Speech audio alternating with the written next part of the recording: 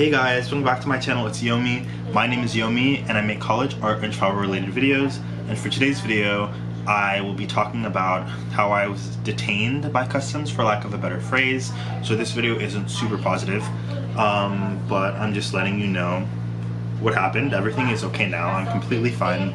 This isn't to make me seem like a victim, so you don't need to apologize in the comments.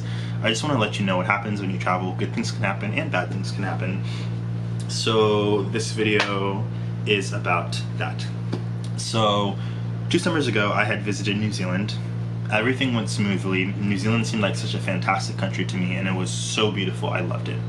So fast forward this summer, I was in the same region. Again, I was in New Caledonia for about just over a month this summer, and I knew that when I would travel back to the US, I had a layover in New Zealand, and my layover would be 8 hours long, which 8 hours is a pretty long layover. That would give me around 5 to 6 hours, around 5 hours to explore the city. And I had been to New Zealand before, so I knew that I could explore the city quite comfortably. And I had a friend who lived in New Zealand, so I texted him a few days before my New Zealand layover, and I said, hey bro, wanna hang out? I'm gonna be in New Zealand for 8 hours. And he said, sure, I'm down. I'll show you around. We can like do fun things, right? So everything was going smoothly. So I arrive in New Zealand for my 8-hour layover, and I go to the customs agent. I'm in line. Like US passports, we have expedited, we're in an expedited customs line for New Zealand. So I go into that really quick line and I show my passport and everything. Everything seems fine. I show my New Zealand e-visa, my electronic visa, because the electronic visa lasts for 2 years. And my visa I had gotten 2 years prior when I had first traveled to New Zealand, so my visa had not expired yet. So everything was going well. Then the customs agent on my arrival ticket, where you declare if you have things you need to declare, you have a ticket, right? So on my arrival ticket, he wrote a number. Let's say he wrote the number 15, right? So he writes the number 15, and then I exit the line. He says everything is fine. Then there's another customs agent, and he asked me why I'm in New Zealand and how long I'm going to be there for. I say, oh, I'm going to be here only for 8 hours. I'm here for a layover. And he says, wow, that's such a short time. Like, are you sure you can get back here in time? And I said, yeah, I could get back here in time. I'm going to be here with my friend, and everything seems fine, right? So then he directs me to like go follow where all of the other people like are going through customs as well. So I go with the other people, and then I encounter a lady. She sees the number on my arrival ticket. She sees the number 15. So then she directs me to line 15. I go into line 15 and no one else is in front of me, no one else is behind me. So I arrive until this section of the room, like it's closed off, and there's a whole bunch of customs agents. There's like 4 or 5 customs agents, and there's no one else in the room. It's literally just me. And yeah. So I arrive in the line and there's no one there. I'm a bit worried because I'm like, wait, why is nobody here? So then I show the customs agent my declaration, my arrival card. I have nothing to declare. Yeah. And then one of the customs agent leaves to go talk to his boss, and the lady is still there, and she's just shooting the breeze with me, saying, oh, like, how's your time been? How have your travels been? And I'm shooting the breeze with her, saying, oh, they've been well. Like, everything has been going well. Everything's been good. And it seems like everything's gonna be okay, right? Like, I was like really nervous because I'm like, what's going on? But the lady was shooting the breeze with me, so I'm like, okay, everything's fine. Then the customs agent, he comes back, he tells me to follow him, and I go sit down with him. And he asks me some questions. He says, what's your name? Like, can I see your passport? How long will you be in New Zealand for? I say 8 hours, I'm only here for a layover. Seems normal, right? Then he starts asking me questions, like he asked me to see my bank statement. And I say, oh, I can't show you my bank statement because I don't have internet, like the internet isn't working. And I show him. Eventually the internet starts working again, and I am able to use my phone to get my bank statements to show him. And that's pretty normal. Like a lot of countries, like when you go there, they'll ask you to see your bank statements to make sure that you have enough money to stay there.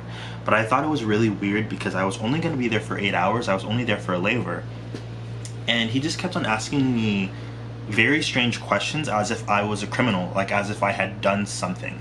They weren't questions that were like procedural questions, or they didn't seem like procedural questions. They were questions seeming like I had already done something, like assuming that I was guilty of doing something. So I was very confused. Like he said, oh, we think it's very suspicious that you're only going to be here for a few hours. Like you were in New Caledonia for like 5 weeks and you're only going to be here for a few hours. And I said, well, I have a layover here, like I just want to explore the city.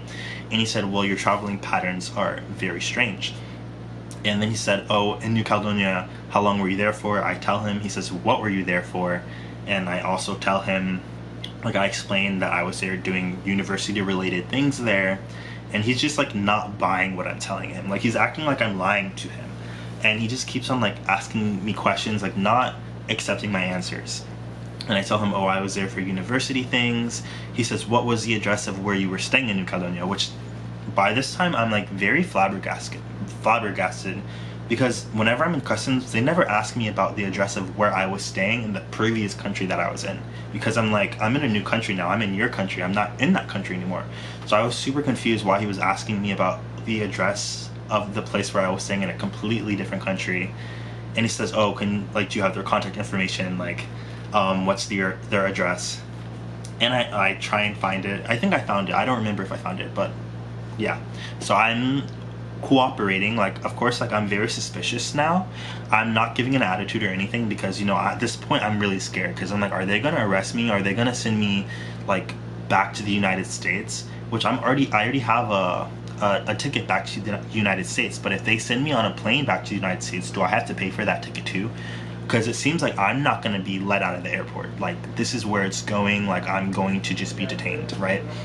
So then he asks, oh, so since you are here for like university things, or since you were in New Caledonia for university things, like what university did you go to? And I said, I go to Brown University. And then I showed him like my ID and everything.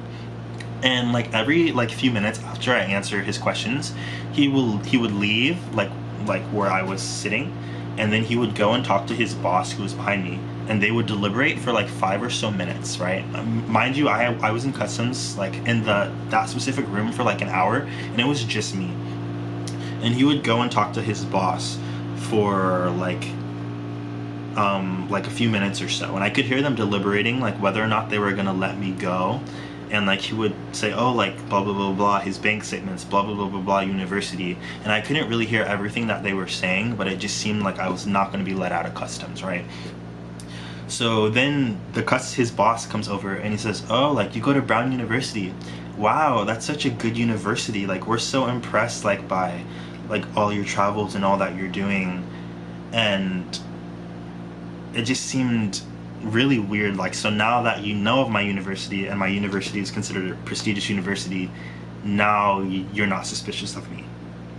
Oh, and before this happened, like they brought a drug dog right out to check if I had drugs. Like he checked the dog checked all of my bags, the dog checked me, smelled me, which the dog wasn't in the room before. Like they said, like sit here, wait here.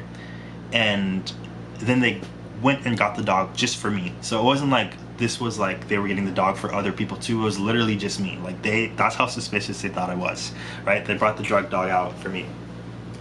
And at this point I'm really scared. I'm like, I hope like nothing, like I obviously don't do any drugs. I've never done any drugs in my life. I've never even drinking coffee before, right? Never drinking alcohol, never done anything. But I'm like, you never know. Like you never know if something can like go awry, right? If something could smell on you, right? So I was like very nervous that like the dog was gonna smell something, and everything went well. And I said, okay, everything seems okay. And then the customs agent says, okay, now I'm gonna check all your bags, which I thought was strange because the dog had already sniffed all my bags and didn't find anything.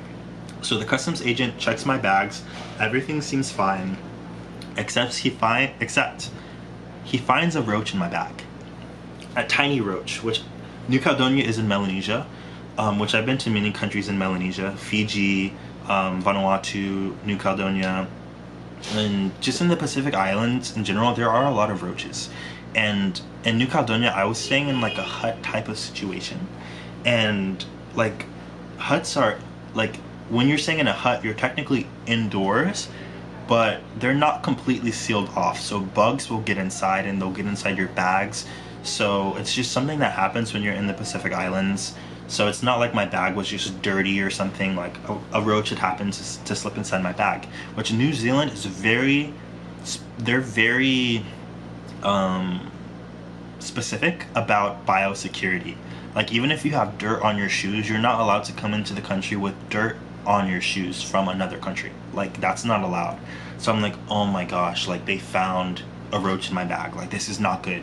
So then they bring another customs agent over, like they go to a different department, bring them over to inspect the roach. He puts the roach in this like little like case to inspect it, and everything is fine.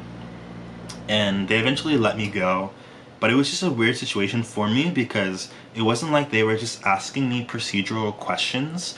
They were acting like I had done something. They were acting like I was a criminal or something. Like I was trying to cause havoc in the country. Like, it wasn't like, oh, like, why are you staying here? It was like more so, oh, you're suspicious and we don't trust you vibes. Like, so it just really upset me because the thing is, it's not uncommon for someone to leave the airport for a layover. Like, if you have like an 8-hour, 9-hour, 10-hour, 11-hour layover, people leave the airport all the time. So I just was confused on why they thought it was suspicious.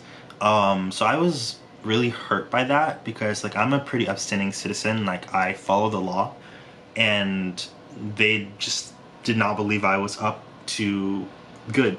They thought I was up to things that were not good.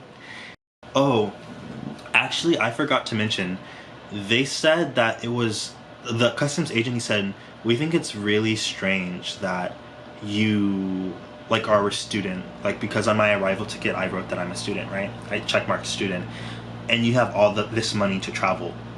And I thought that was really weird because, first of all, my parents could be funding my travels, my grandparents could be funding my travels. Like, I could just be rich. Like, why is that strange? Like, I'm not rich, but like, why is that strange?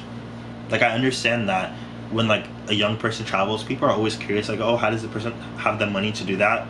But to be stopped by customs for it, I just thought that was quite strange because you're assuming that I paid for my ticket. Like, I got scholarships to travel, and then I told them that, and they were just not buying it.